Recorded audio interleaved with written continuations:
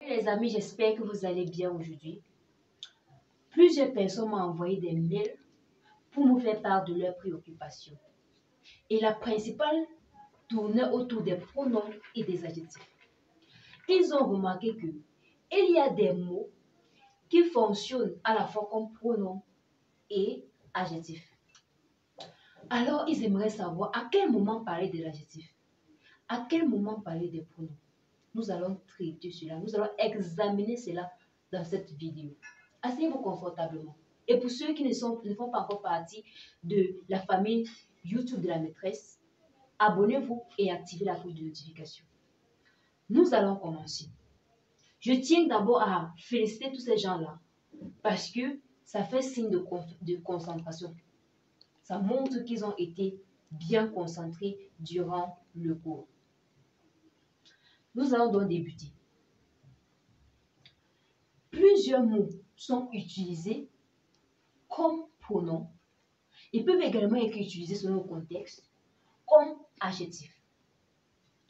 C'est par exemple le cas des demonstratifs.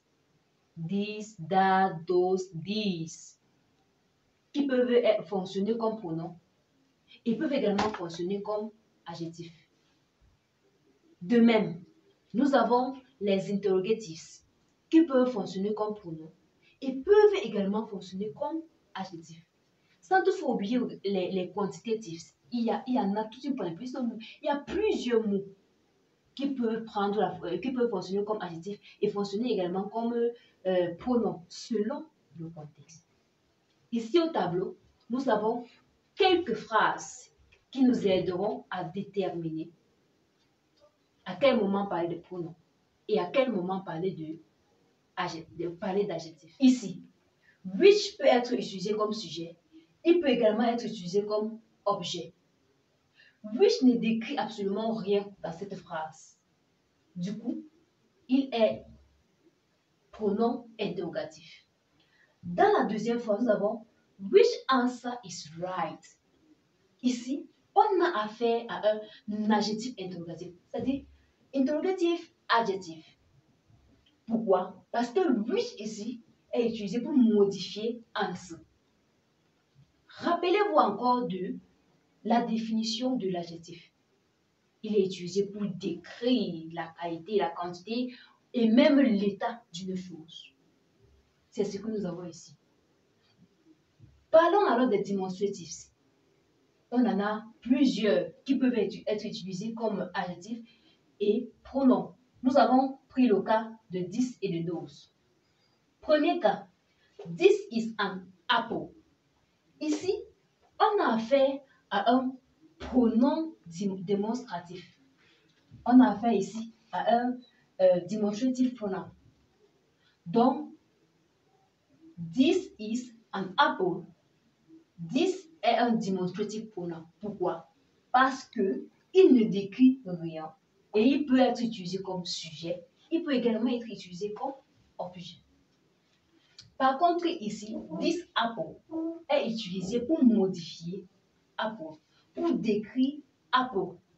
Donc, dans cette phrase, this dans cette phrase est utilisé comme adjectif démonstratif, démonstratif adjectif. Pourquoi? Parce que il modifie le nom apple. Those are boys. Ici, on a affaire à un demonstrative pronoun. On a affaire à un demonstrative pronoun. Par contre, ici, those boys, on a affaire à un demonstrative adjectif. Adjectif. Il y a le nom qu'il modifie. Il y a le nom qu'il modifie ou bien qu'il décrit. Ici, dans la phrase suivante, on est déjà au cas des quantitatifs. On a pris le cas de many. I have bought many books and many were sold last week. Le premier many est utilisé ici comme quantitative adjectives. Donc ici, c'est un adjectif. premier menu. Le deuxième est utilisé comme pronom. Donc ici, on a affaire à un pronom. Nous espérons que notre réponse a été satisfaisante. Nous espérons que notre réponse a été satisfaisante et nous rappelons que dans une phrase, ces mots-là peuvent être utilisés comme adjectifs selon le contexte. Et pour qu'ils soient utilisés comme adjectifs, il faut qu'il y ait un nom qui le modifie. Pour qu'ils soient utilisés comme, ils peuvent être utilisés seuls ou bien comme un sujet ou objet même. Alors, n'oubliez pas de vous abonner et d'activer la cloche de notification pour être au parfum des vidéos suivantes.